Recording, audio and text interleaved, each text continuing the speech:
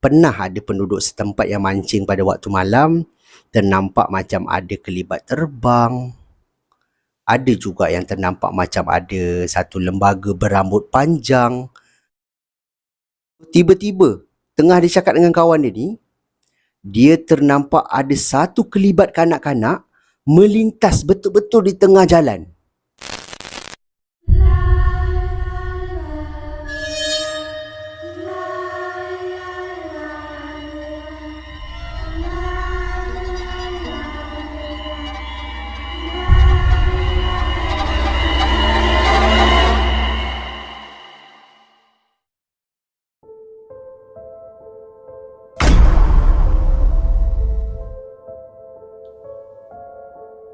Assalamualaikum dan salam sejahtera. Kita bertemu lagi di dalam channel Sembang Kopi. Channel yang akan mengetengahkan kisah-kisah seram yang menarik untuk anda dengarkan. Terima kasih diucapkan kepada anda semua yang dah pun subscribe dan terus menyokong channel aku ni. Yang mana korang semua yang baru je sampai ke Sembang Kopi pun, aku nak ucapkan selamat datang. Aku doakan korang semua yang menonton video ni dipermudahkan segala urusan korang semua dan dimurahkan rezeki yang barokah. Untuk kisah seram kita pada video kali ini, seperti biasa, akan ada 3 kisah seram yang aku akan storykan dekat korang, yang mana kisah ini dikirimkan kepada aku dan pada aku menarik untuk kita dengarkan. Suka aku ingatkan, jangan terlalu percaya dan terlalu taksub dengan kisah-kisah seram yang diketengahkan. Anggap sajalah kisah-kisah ini adalah satu hiburan semata-mata. Jadi jangan buang masa lagi. Get your coffee. Jom aku story.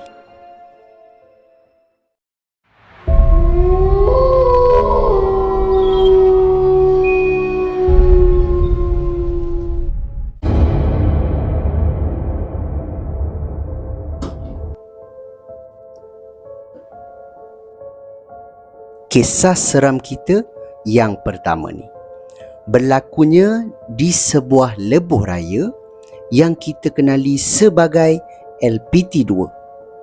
Yang mana macam korang tahulah, LPT ni satu lebuh raya yang menuju ke arah pantai timur Dan kisah gangguan ini hampir-hampir mengakibatkan pengirim kita ni terlibat dengan satu kemalangan jalan raya. Nama pengirim kisah ini adalah Encik Irwan.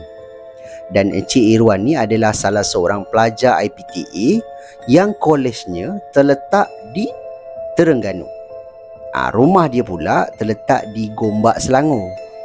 Dan pada hari kejadian seram ni berlaku, dia dalam perjalanan pulanglah daripada Gombak, rumah dia, menuju ke Terengganu, kolej dia. So dia bergerak daripada rumah dia ni petang. Dia tak ingatlah pukul berapa, cuma dia kata petang daripada Gombak ni. Terus masuk ke highway dan ikut perancangan dia, dia kena ambil 2 orang rakan kolej dia, yang mana seorang tinggal di Bentong dan seorang lagi tinggal di Lancang. Dua-dua di Pahang lah. Jadi dia singgah ke Bentong terlebih dahulu untuk ambil seorang rakan dia, dan kemudian dia tersekat di satu kesesakan lalu lintas, menyebabkan dia sampai di Lancang ni agak gelap lah, maknanya dan dekat maghrib. Jadi bila dia sampai saja ke rumah rakan dia ni, dia dinasihati oleh parents ataupun kedua ibu bapa rakan dia ni, yang mana bergeraklah selepas solat maghrib sebab dah lalang dah nak maghrib kan. So dia pun bersetuju dan kemudian dia berhenti untuk makan dan kemudian dia solat maghrib dulu. Dan lepas saja solat maghrib, dia teruskan perjalanan dia menuju ke kolej dia ni. Dia sebelum tu tak ada berhenti kat mana-mana R&R, jadi dia ambil keputusan untuk berhenti di R&R Temeloh. Jadi bila dia sampai R&R Temeloh ni, dia turun, dia isi minyak, dia beli makanan-makanan ringan, contohnya macam roti, jajan-jajan sikit ke kan, air, pergi tandas apa semua. And then selesai aja semua tu, dia pun masuk semula ke lebuh raya untuk teruskan perjalanan. Dia nak kejar waktu time tu sebab dia punya asrama ni nak masuk sebelum pukul 11. Jadi tak nak dia kena bawa, orang kata laju sikit lah kan. Dan dia tak tahu kenapa malam tu lebuh raya LPT ni tak macam selalu, yang mana kurangnya kenderaan, baik di laluan dia ataupun laluan bertentangan. Menyebabkan dia ni mengalami sedikit macam orang kata apa, ngantuk. Sebab yalah jalan sunyi, lepas tu ditambah pula dengan rakan dia yang tidur, yang duduk depan, duduk belakang ni tidur. Dia cakap dia heran sebab selalunya kalau dia balik ke college dia ni, dua orang kawan dia ni salah seorang je tidur. Kalau yang belakang tidur, yang depan tak tidur, macam tu. Tapi tak tahu kenapa malam tu dua-dua tidur. Lepas tu radio kereta dia pula rosak. Lagilah dia bertambah ngantuk kan. Dia pun ambil lah chewing gum yang dia beli di R&R tadi. Dia kunyah untuk hilangkan ngantuk dia. Ada beberapa siri gangguan, yang mana waktu dia tengah bawa ni kan, dia mengantuk. Jadi dia bawa, dia kunyah chewing gum ni, tiba-tiba hilang mengantuk dia apabila dia ternampak ada satu kelibat kain putih tergantung betul-betul di tengah-tengah lebuh raya. Tengah-tengah antara jalan dia dan juga jalan bertentangan lah, dekat divider tu. Benda tu laju je lalu tepi dia. So dia nampak macam apa tu? Takkan banner tergantung kat mana, sebab tak ada tiang kat tengah-tengah tu. So dia cakap sudah. Dia dah mula rasa macam aduh, apa benda ni kan, jalan dah gelap. Dia pun kejut lah kawan dia. Malangnya kawan dia yang kat sebelah ni tidur mati agaknya, tak bangun. So dia kejut-kejut, tak apalah, kawan dia tak bangun. Dia teruskan juga perjalanan. Selang beberapa waktu, dia terdengar ada suara panggilan. Suara panggilan dari arah belakang, yang mana suara tu mengatakan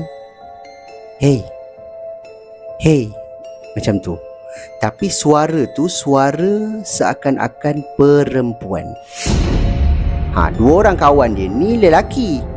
Jadi dia kata suara apa pula tu? Takkan radio dia rosak kan, aku dah cakap tadi.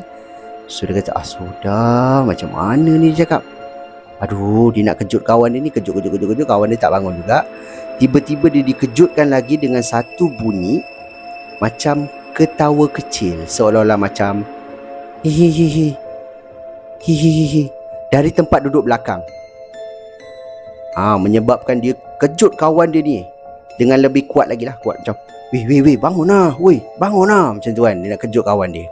Waktu tu dia kata dia ingat tempat tu betul-betul di pertengahan antara persimpangan keluar Kijal dan juga persimpangan keluar Kertih. Waktu tu. Jadi dia kata, bangun. Dia kata, bangun. Kawan dia pun tersedar. Sorry aku tertidur. Gila lah, dua-dua tidur, ngantuk aku, dia cakap yang tu kan. So tiba-tiba tengah dia cakap dengan kawan dia ni, dia ternampak ada satu kelibat kanak-kanak melintas betul-betul di tengah jalan. Korang bayangkan, menyebabkan Encik Irwan ni pusing steering dia untuk elak budak ni, dan kemudian hampir-hampir langgar divider sebelah kiri dia. Nasib baiklah, dia kata dia sempat untuk kawal steering dia, menyebabkan dia tak langgar lah. Jadi dia pun berhenti di tepi, dan kemudian dia bagi double signal. Dia dah mula terkejut, dan kawan dia di belakang pun tersedar lah.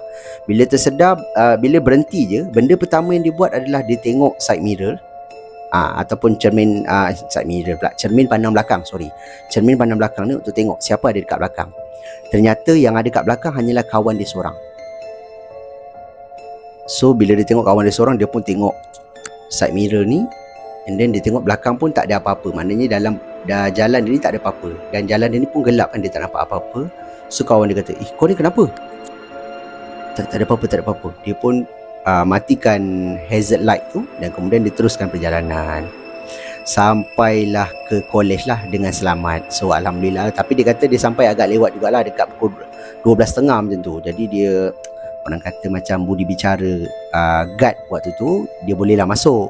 Jadi selang beberapa hari, dia pun berbual dengan kawan dia. So kawan dia kata, si Irwan ni ngantuk kan, bawa kereta hampir-hampir nak accident. Waktu tu dekat macam kantin lah kot, dia berbual dengan kawan-kawan. So dia cakap lah yang sebenarnya waktu dia hilang kawalan tu, dia mengelak seorang budak yang lintas jalan. Jadi kawan dia yang duduk di sebelah ni, tadi aku cakap dah bangun kan. So kawan dia cakap, budak mana? Kau tak nampak ke ada budak berlari lintas tiba-tiba tengah jalan? Mana ada, kau ni main-main lah. Tak ada, aku tak nampak apa-apa pun. Aku nampak kau tiba-tiba pula steering je, dia cakap macam tu. Lagipun kau fikir logik lah. Mana ada budak kat tengah-tengah highway? Situ bukan ada rumah. Waktu ni ting dalam kepala Encik Irwan ni kan. Betul juga. Itu bukan jalan taman. Bukan jalan macam jalan kampung kan. Itu highway. Maknanya budak tu memang confirm lah bukan budak lah. Maknanya adalah sesuatu yang menyerupai budak kan, melintas. Dan tak tahulah apa niat benda tu nak menyebabkan Encik Irwan ni kemalangan ke apa ke. Sebab LPT ni, kalau ikut apa yang bila aku dapat kisah ni, aku buatlah research sikit kan, aku baca dekat internet, LPT ni banyak sebenarnya tau, macam kemalangan-kemalangan. Kemalangan teruk pula tu. Ada yang kata jalannya bumping kan, ada yang kata jalannya banyak corner. Aku pun tak tahu, aku tak pernah sampai ke LPT 2 lah. Paling kuat pun sampai Kuantan je aku pernah pergi. So yang mana korang yang memang selalu lalu LPT 2, cuba korang kongsikan keadaan jalan ni dekat ruangan komen kat bawah. So itulah pengalaman yang dikongsikan oleh pengirim kita ni, iaitu Encik Irwan. Jadi pada pendapat korang macam mana? Kisah ini seram ataupun tidak? Korang boleh tinggalkan pendapat korang di ruangan komen dekat bawah.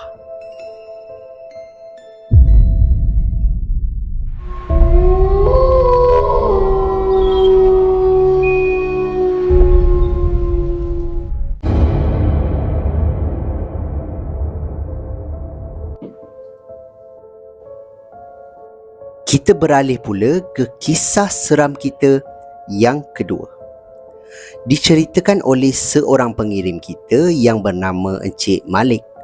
Yang mana Encik Malik ni ingin berkongsi satu pengalaman seram yang mana dia diganggu sewaktu dia berada di Tasik berdekatan dengan rumah dia. Dan kisah ini berlaku pada tahun 2017. Okey. Encik Malik ni pula, dia ni tinggal di satu kawasan iaitu di Putra Perdana, di Puchong. Dan pada hari yang dimaksudkan, Encik Malik ni dia teman dua orang kawan dia pergi memancing dekat Tasik tu. Dia memang selalu ikut kawan-kawan dia pergi mancing dekat situ. Dia memang bukan kaki pancing pun. Dia just datang untuk teman, berbual macam tu je lah. Dan kawasan Tasik ni agak besar dan banyak ikan. Sebab tu ramailah kaki-kaki pancing yang pergi dekat Tasik ni. Cuma dia tak tahu kenapa, pada hari yang dimaksudkan, kawan-kawan dia langsung tak dapat ikan. Daripada pukul 4.30 petang dia mancing sampai pukul 6 lebih, dekat pukul 7 senja lah, tak ada seekor pun ikan. Selalunya paling sikit pun seorang mesti bawa balik 5 atau 3 ekor. Maknanya adalah ikan kan. Tapi pada hari tu tak tahu kenapa tak dapat langsung. So kawan dia pun ambil keputusan untuk balik je lah. Sebab dah petang, takkan nak mancing sampai malam pula kan. Sebab dia orang tak berani pun mancing sampai petang. Sebab kawasan Tasik ni, Encik Malik cakap, memang keras tau. Pernah ada penduduk setempat yang mancing pada waktu malam, ternampak macam ada kelibat terbang. Ada juga yang ternampak macam ada satu lembaga berambut panjang berada di dalam air. Mungkin hantu air ke, aku tak pastilah. Tapi waktu diorang mancing ni, bila dah senja kan, kawan-kawan ni kata okeylah, besok-besok je lah kita mancing sebab tak dapat ikan kan. So okey, diorang pun berkemas.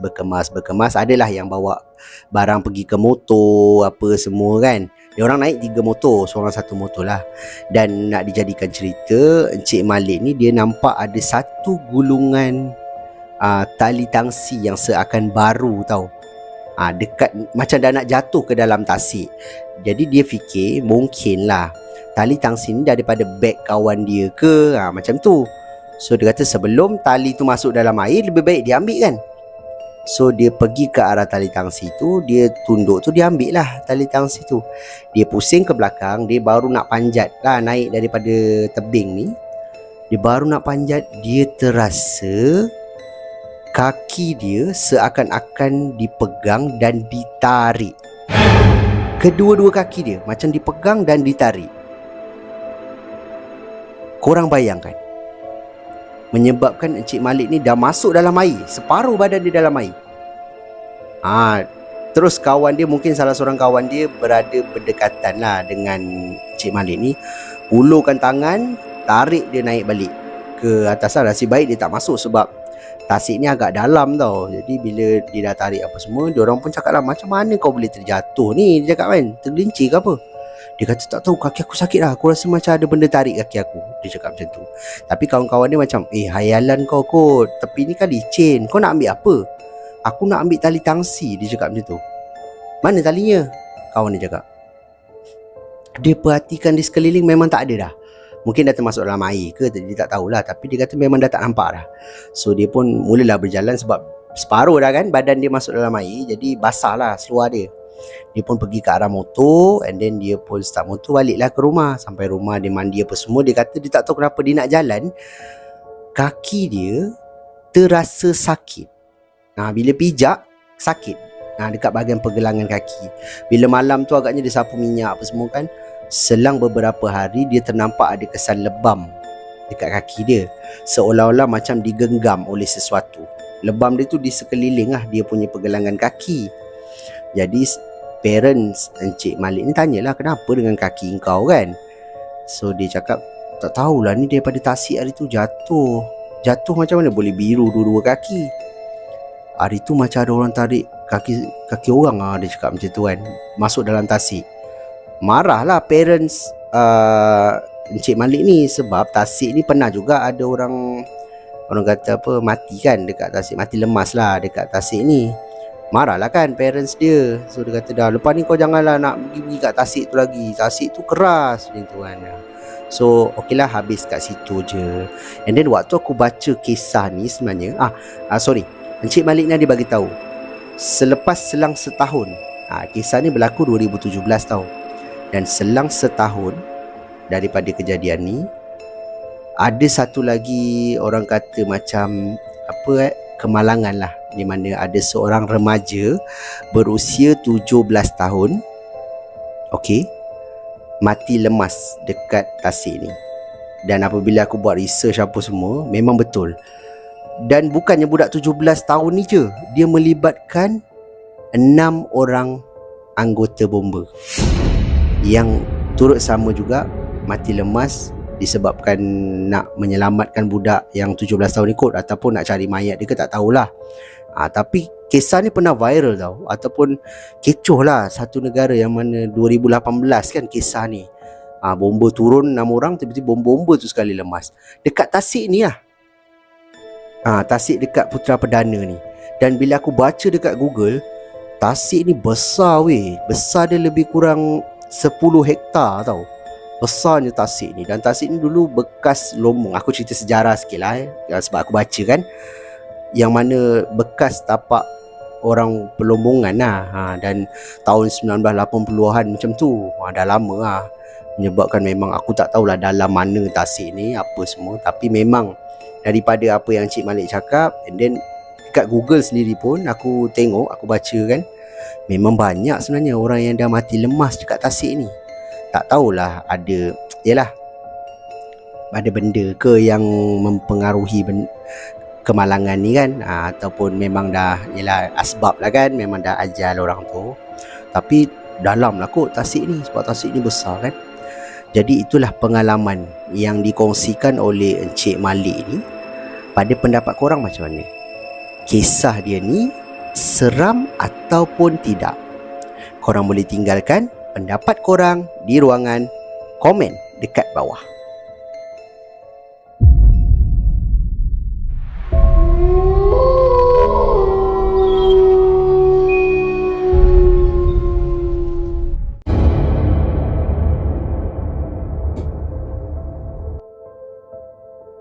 Tibalah masa untuk kisah seram kita yang ketiga ataupun kisah seram kita yang terakhir lah untuk video kita pada kali ini. Kisah ini bukanlah dikirimkan kepada aku melalui email ataupun telegram. Sebenarnya kisah ni berlaku kepada aku sendiri, yang mana aku baru teringat kisah ni berlaku pada tahun 2014 tau. Yang mana pada waktu tu aku dengan dia sebenarnya bukan berlaku terus kepada aku. Dia dekat pakcik aku sebenarnya. Waktu tu kita orang baru balik daripada kerja. Aku kerja waktu tu dekat Selayang Mall tau. Kita orang kerja satu tempat.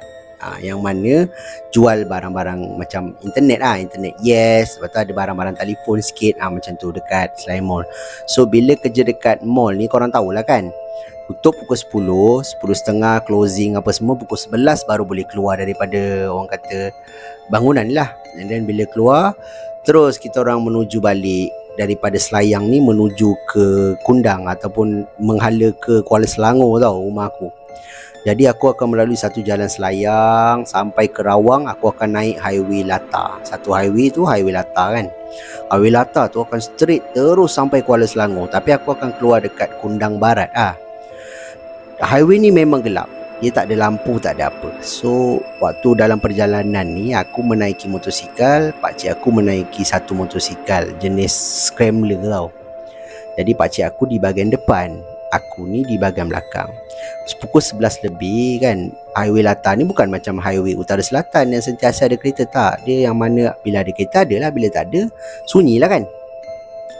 Aku pun bawa motor ni, aku ikut belakang pakcik aku. Entah macam mana tiba-tiba pakcik aku ni dia laju tau. Dia scrambler depan. Aku waktu tu Legenda je 115 Yamaha tu kan. Aku dekat belakang. Tiba-tiba aku nampak dia laju terus tau, tinggal aku. Aku cakap kenapa pakcik aku ni? Aku pun pulas lah motor kan, cuba kejar dia, tapi memang tak dapat lah. Dia sisi berapa, motor aku sisi berapa time tu. Aku pun kejar. Aku tengok pakcik aku dah makin ke depan, lala hilang daripada pandangan mata aku. Aku cakap sampai hati kan, tinggal aku selalu balik sama-sama. Dan pakcik aku pula waktu tu tinggal dekat rumah parents aku juga. So kita akan jumpa dekat rumah lah. So aku cakap balik ni memang aku nak cakap lah dengan pakcik aku. Sampai hati tinggal orang kat belakang kan. Aku tengah laju sampai dekat tol apa semua, keluar. Sampai dekat rumah aku tengok motor pakcik aku tak ada lagi. So aku cakap mana pakcik aku? Tadi bukan dia dah gerak dulu kan, dia dah tinggal. Aku pun parking motor kat luar. Aku biar dululah motor hidup kan. Lepas tu baru aku matikan. Aku pun cuci kaki sebab yelah balik dah pukul 11 lebih dah sampai rumah. Cuci kaki, selang adalah dalam 10 minit lepas tu pakcik aku ni sampai. Pakcik aku sampai dengan motor dia apa semua. Lepas tu dia cakap, "Nep, acu hon-hon Anip tak dengar ke?" Dia cakap macam tu. Mana ada acu hon? Tak perasan pun. Acu tinggal Anip kenapa? Sebab tiba-tiba nampak kan pakcik aku dah tinggal aku. Dia cakap, "Bukan, acu belakang Anip tadi." Belakang? Bukan acu kat depan ke? Anip nampak acu dah ke depan. Laju tu Anip. Lajulah kejar acu. Tak, acu sebenarnya dekat belakang Anip. Motor acu berat, dia kata. Korang bayangkan scrambler kan, motor yang boleh katakan kuat lah, off-road boleh, dengan on-road boleh kan. Dia kata motor dia rasa berat, dia pulas-pulas tak boleh pergi. Lepas tu tiba-tiba dia nampak aku tinggal dia. Padahal aku, masa tu aku nampak dia tinggal aku. Bila masa dia dekat belakang aku tak tahu. Sebab dia kata tiba-tiba aku potong dia, and then terus laju tau. Aku cakap iya ke? Biar betul acu ni. Itulah dekat dalam perjalanan ni memang acu rasa motor acu berat. Tiba-tiba Anik dah jauh. Tu yang nak tak nak pakcik aku bawa jugalah kan. Bawa. Lepas tu dia baca lah apa yang dia tahu apa semua. Sampai nak dekat area Kundang ni, motor dia rasa macam ringan tau. Macam ada benda yang dah terlepas ke tak tahulah. Motor dia ringan. Sampailah ke rumah. Bila aku dapat tahu benda tu daripada pakcik aku, kita orang sama-sama cuci kaki, duduk luar dulu sekejap. Sebab kita orang tak singgah mana-mana kedai. Orang kata kalau kena ganggu ni kan, macam penampakan ke apa, jangan terus balik rumah, singgah kedai lah apa. Itu orang cakap lah, aku tak pasti. Tapi waktu tu kita orang balik terus. So kita orang basuh kaki apa semua, balik terus mandi, and then tidur lah. Sebab esoknya nak kerja balik kan. Kisah aku ni ringkas je lah. Pada aku macam, yelah mungkin tak seseram kisah-kisah orang lain, tapi misteri lah. Sebab aku nampak pakcik aku di depan. Lepas tu aku lajulah sebab aku nak kejar dia yang tinggal aku. Tapi pakcik aku cakap aku yang potong dia and then terus tinggal dia. Kat situ aku jadi macam sebab aku tak nampak pula aku potong dia ke tak ada. Sebab dia memang aku dah nampak dia tinggal aku kan. So aku laju je lah. Dia pula motor berat. Apa yang tumpang motor dia aku pun tak tahu. Pakcik aku pun tak tahu. Sebab dia kata tak adalah penampakan ada benda belakang dia ke. Tak ada. Cuma motor dia terasa berat. Jadi itulah pengalaman seram yang aku nak kongsikan dekat korang ni. Mohon maaf lah jika tak seram kan. Tapi pada aku kisah ni misteri lah. So pada pendapat korang macam mana? Kisah aku ni seram ataupun tidak? Korang boleh tinggalkan pendapat korang di ruangan komen dekat bawah. Jadi itu sajalah kisah seram kita untuk video kita pada kali ni. Pada pendapat korang macam mana? Dalam banyak-banyak kisah yang aku storykan kat korang ni, mana satu kisah yang paling menyeramkan? Korang boleh tinggalkan pendapat korang di ruangan komen dekat bawah. Dan yang mana korang semua yang ada kisah-kisah seram yang korang sudi berkongsi dengan aku, korang bolehlah kirimkan ke alamat email Sembang Kopi ataupun Telegram Sembang Kopi, di mana alamat email dan juga link Telegram aku memang dah tinggalkan siap-siap dekat ruangan description dekat bawah. Dan aku juga nak ucapkan terima kasih kepada korang semua yang sudi memilih Sembang Kopi sebagai salah satu platform untuk korang dengarkan kisah-kisah seram. Dan yang mana tengok video aku daripada mula sampai hujung ni pun aku ucapkan ribuan terima kasih. Ni salah satu cara korang tunjukkan support korang kepada aku untuk aku lebih semangat dan terus buat video dan menyajikan kisah-kisah seram yang menarik untuk korang dengarkan. Dan akhir kata daripada aku, kalau korang suka dengan cara penyampaian aku, korang suka dengan kisah-kisah seram yang aku storykan dekat korang, aku hargai sangat-sangat kalau korang boleh bantu aku, bantu channel aku dengan tekan butang like, butang subscribe dan juga butang loceng supaya korang takkan terlepas apa-apa video yang aku akan upload lagi lepas ni. Jadi itu sajalah daripada aku. Kita jumpa lagi di video yang akan datang. Assalamualaikum.